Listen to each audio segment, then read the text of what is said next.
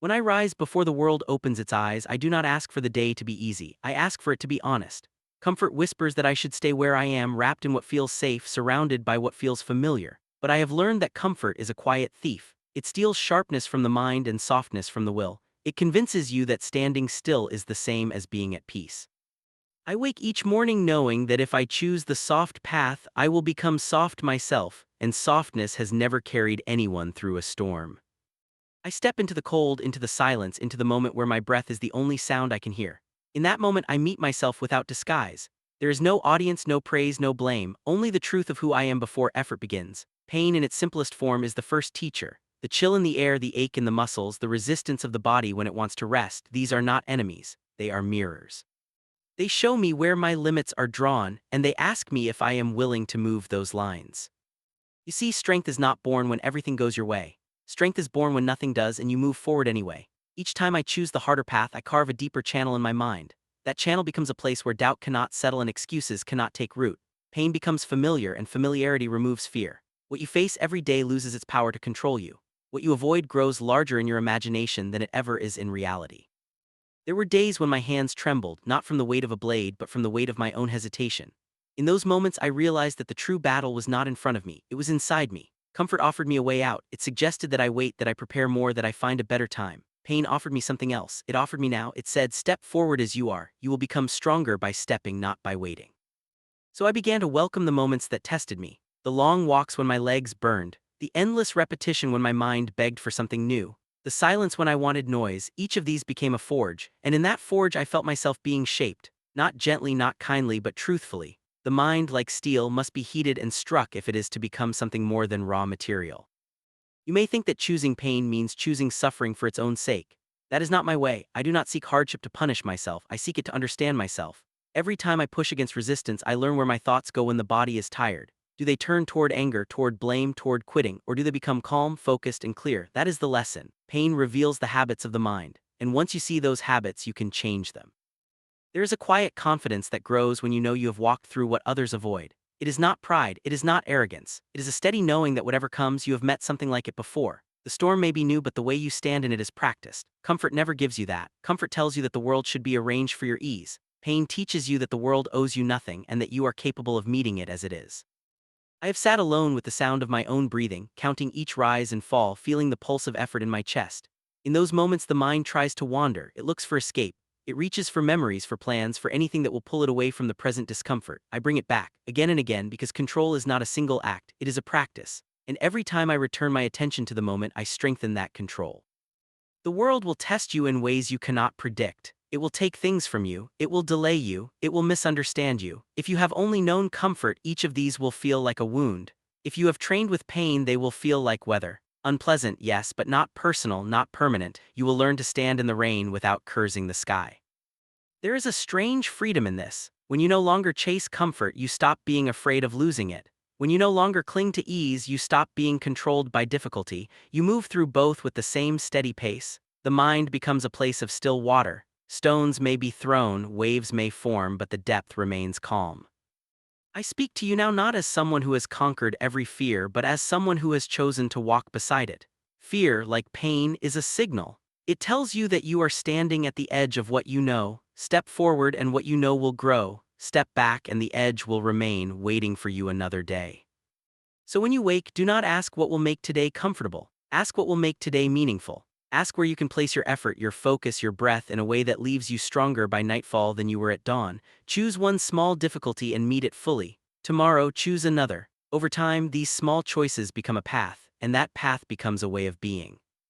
Remember, the body will forget the pain of effort, but the mind will remember the strength it gained from it. Let that memory guide you when the easy road calls your name. Stand still for a moment, feel your breath, feel the ground beneath you, and then step forward, not because it is comfortable but because it is true. There are mornings when the fire inside you burns bright, and there are mornings when it barely flickers. I have learned not to trust the fire. Motivation is a visitor, it arrives when it pleases and leaves without warning. If I built my life on its presence, my path would be uneven, my progress uncertain, my mind forever waiting for a feeling instead of following a direction. So I chose something quieter, something less dramatic but far more powerful. I chose discipline. Discipline does not shout, it does not promise that today will feel good. It simply waits, patient and steady like a stone in the river. The water of emotion rushes past it, excitement, doubt, pride, fatigue, but the stone remains. Each morning when my body feels heavy and my mind searches for reasons to delay, discipline is already standing where I left it the night before. It does not ask how I feel. It asks only one thing: will you step forward? In the beginning, I believed that strength came from moments of great effort, from days when everything aligned and I felt unstoppable. But those days are rare. Most days are ordinary. Most days are quiet. Most days offer nothing that feels heroic. That is where discipline lives. It lives in the unremarkable hour when no one is watching. It lives in the repetition that feels boring to the restless mind. It lives in the choice to continue when there is no applause waiting at the end. I learned to treat my actions like a promise I made to myself. And like any promise, it meant nothing if I broke it when it became inconvenient. Each small act of keeping that promise, rising when I said I would, practicing when I planned to, staying focused when my thoughts wandered, became a thread. One thread alone is weak, but day after day, thread after thread, they wove something strong enough to carry me through moments when my will felt thin. There is a strange relief in this way of living. When you no longer wait to feel ready, you stop arguing with yourself. The mind is clever. It can create endless reasons to delay. It can dress hesitation in the clothes of wisdom and call it caution. Discipline cuts through that. It simplifies the world. There is only the next step and then the next. You do not need to feel brave to take a step. You only need to take it. I have stood in places where my body was tired and my thoughts were heavy, where the path ahead looked long and empty. In those moments, motivation had already left. There was no spark, no surge of energy to carry me forward. There was only the quiet knowledge that this was what I had chosen to do, so I did it, and something unexpected happened. The act of moving created its own energy. The motion itself became the fire. This is the secret many never discover. They believe that feeling comes first and action follows. But often, action comes first and feeling follows. You do not wait for the mind to be ready. You train the mind by moving the body. You do not wait for confidence. You build it by keeping your word to yourself in moments when it would be easier not to. Discipline also teaches humility. When you repeat the same practice day after day, you see how often you fall short. You see the small mistakes, the moments of distraction, the places where your attention slips. This is not something to be ashamed of. It is something to learn from. Each flaw is a marker showing you where to place your focus tomorrow. Progress is not a sudden leap. It is a slow narrowing of the gap between who you are and who you intend to be. There were times when I wanted to change my path, not because it was wrong, but because it was hard. The mind seeks variety when it grows tired. It tells you that a new road will be easier, that a different goal will feel lighter. Discipline asks you to look deeper. Are you changing because you have learned something true or because you want to escape the weight of effort? This question alone can keep you on a path long enough to see where it truly leads. When you live this way, time becomes your ally. Each day adds a small measure of strength that is invisible in the moment but undeniable over years. Others may rush ahead, fueled by excitement, but they often burn out just as quickly. You move at a steady pace. You do not chase, you do not compare, you build, and what you build endures. There is also a quiet freedom in knowing that your progress does not depend on your mood. The world can be loud or silent, kind or cruel, and you continue. Praise does not make you work harder, and criticism does not make you stop. You are guided by something deeper than reaction. You are guided by commitment. I have watched people wait for the perfect moment to begin. They wait for confidence, for clarity, for a sign that the path will be worth it. That moment rarely comes. The path becomes worth it because you walk it, not before. Discipline turns uncertainty into movement, and movement over time turns into understanding. Each morning, when I stand and take my first breath of the day, I remind myself that this is not about how I feel. It is about who I am choosing to become. That choice is made in the smallest actions, not the grand declarations. It is made when I do the simple thing I said I would do, even when no one else knows whether I did it or not. You may think this life is narrow, that it leaves little room for spontaneity or joy, but I have found the opposite to be true. When the foundation is steady, the spirit is free. When you trust yourself to act, you no longer carry the weight of constant negotiation inside your own mind. You move, and in moving, you discover a deeper, quieter form of satisfaction.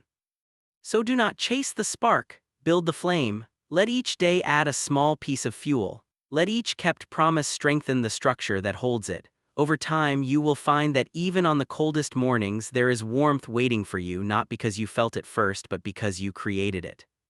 There is a space between what happens to you and what you do about it. Most people never notice that space. They live as if the world pulls a string and they move, as if a word is spoken and they must answer, as if a look is given and they must feel something in return. I learned to look for that space. At first it was small, almost invisible, like the pause between two heartbeats, but with practice it grew, and in that space I found my freedom. When something stirs inside you, anger, fear, excitement, pride, it arrives quickly, faster than thought. The body reacts before the mind can speak. The breath changes, the muscles tight, the eyes narrow. In that moment, if you move, you are not choosing, you are being carried. I decided I did not want to be carried by my emotions. I wanted to stand on them, to see them clearly, to use them instead of being used by them. So I began with something simple. I watched my breath. When the world pressed against me, when a challenge appeared, when a person tried to provoke me, I returned to the rise and fall of air in my chest. This was not a trick to escape the moment. It was a way to enter it more fully. The breath is always here. It does not judge. It does not rush. It waits. And when you wait with it, the mind slows down just enough for that small space to open. In that space, I ask a quiet question: what is truly happening right now? Not what I think is happening, not what I fear is happening, but what is actually in front of me. Often the answer is much simpler than the story my mind wants to tell. A word was spoken, a delay occurred, a mistake was made, that is all. The rest, the insult, the threat, the meaning, I added myself. Seeing this does not make you weak, it makes you accurate. Accuracy is strength. When you see clearly, you waste no energy on shadows, you do not fight ghosts, you respond to what is real. This is how awareness replaces reaction. Reaction is fast but blind. Awareness is slower but it sees, and what it sees it can shape. There were times when I felt the heat rise in me, when my thoughts rushed forward like a crowd pushing through a narrow gate. In the past, I would have followed them, spoken the first words that came, taken the first action that offered release. But I learned to let the crowd pass without joining it. I stood still while the noise moved by, and when it was gone, I could hear myself again. This practice changed how I saw others. When someone lashed out, I no longer saw an enemy. I saw a person being carried by their own storm. I saw the same lack of space, the same rush from feeling to action. This did not mean I accepted every behavior. It meant I did not take it personally, and when you stop taking things personally, they lose much of their power to wound you. Awareness is not a shield you raise only when danger appears. It is a way of walking through every moment. It is how you feel the ground under your feet, the weight of your body, the rhythm of your steps. It is how you notice when your mind drifts into the past or races into the future and gently bring it back to where you are. This constant return is a form of training. Each time you come back, you strengthen the ability to stay. I discovered that most mistakes are not made because of lack of knowledge. They are made because of lack of presence. The mind is somewhere else, replaying an old wound, chasing a future victory, and the hands act without guidance. When you are here, fully here, even simple actions gain precision. A step is placed more carefully. A word is chosen more thoughtfully. A decision is made with a wider view. There is also a deeper layer to this. When you watch your own thoughts, you begin to see that they are not you. They arise, they speak, they fade. You are the one who notices them. This realization creates a distance that is not cold but clear. You can listen to a thought without obeying it. You can feel an emotion without becoming it. This is the heart of control. I remember sitting in silence, feeling a memory surface, one that carried regret. The familiar pull came with it, the desire to follow the story, to replay what had been done and what could have been different. Instead, I stayed with the sensation in my body, the tightness in the chest, the heaviness in the stomach. I watched it change, because everything changes when you watch it long enough. Even pain, even longing, even anger, they move like clouds. You are the sky.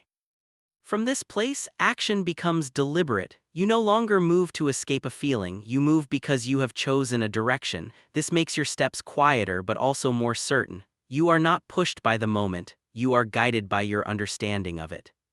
The world often celebrates speed, quick answers, fast moves, immediate responses, but speed without awareness is like running in the dark. You may feel powerful, but you do not know where you are going. Awareness turns on the light. You may move more slowly at first, but each step lands where you intend. There were moments when this way of being felt lonely, when others rushed and laughed and reacted and I stood still watching. But in that stillness I found a deeper connection, not to the noise of the world but to its rhythm. I felt when it was time to step forward and when it was time to wait. Timing, I learned, is born from awareness. You cannot sense the right moment if you are not present in this one. This practice does not remove difficulty from your life, it changes how difficulty meets you. Instead of crashing into you, it approaches. You see it coming, you feel its weight, and you adjust your stance. You do not brace in panic, you align in readiness. Over time, this way of living becomes natural. The space between event and response widens without effort. You begin to live inside it, and in that space you find something rare in this world: choice. Real choice. Not the illusion of choice that comes from reacting to every pull, but the quiet, steady choice of a mind that sees before it moves. So I invite you to look for that small pause in your own life. It will appear in the breath you take before you speak, in the moment you feel before you act. Protect it, expand it, live in it, because within that simple, silent space lies the difference between being driven by the world and walking through it on your own path.